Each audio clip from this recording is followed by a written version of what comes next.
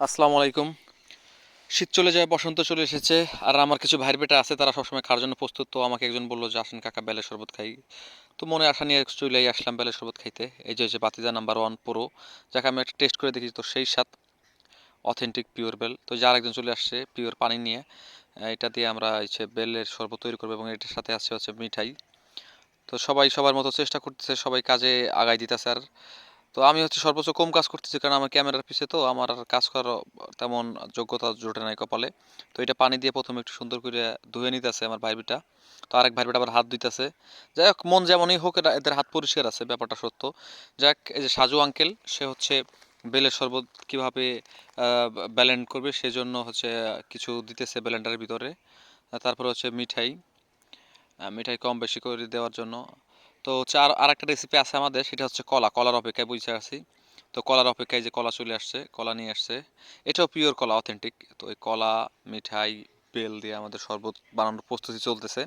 এবং এটার মধ্যে পিওর পানি দিতেছি আমরা, আর্সেনিক মুক্ত। তো পানি দিয়ে এটা ব্যালেন্ড করার প্রস্তুতি হবে। এবং এটার পুরোটাই ভরে দিলাম, কারণ আমরা এখানে চমলক্ষ অনেক বাহিনী আছি।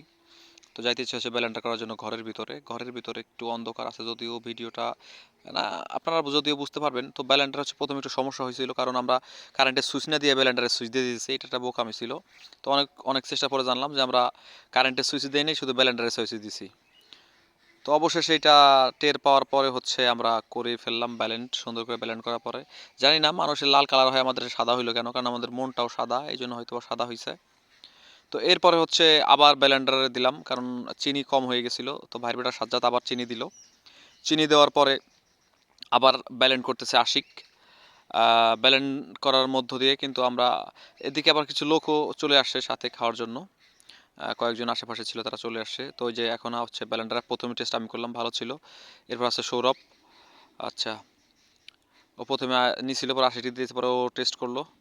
আহ সে আমারে বলতেছে যে এই এত স্বাদের জিনিস এত অল্প সময় খাওয়া যাবে না। আমি তো তাকাই আছি যে কখন আবার নেক্সট প্যাক পাবো।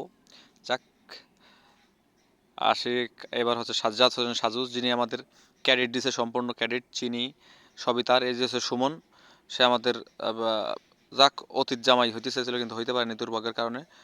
সে বেলে শরবত খাইতেছে। অবশেষে আমি আবার আর এক প্যাক পাইলাম অ্যাজ এ মুরব্বী হিসেবে। এর মধ্যে আশিক চলে আসছে।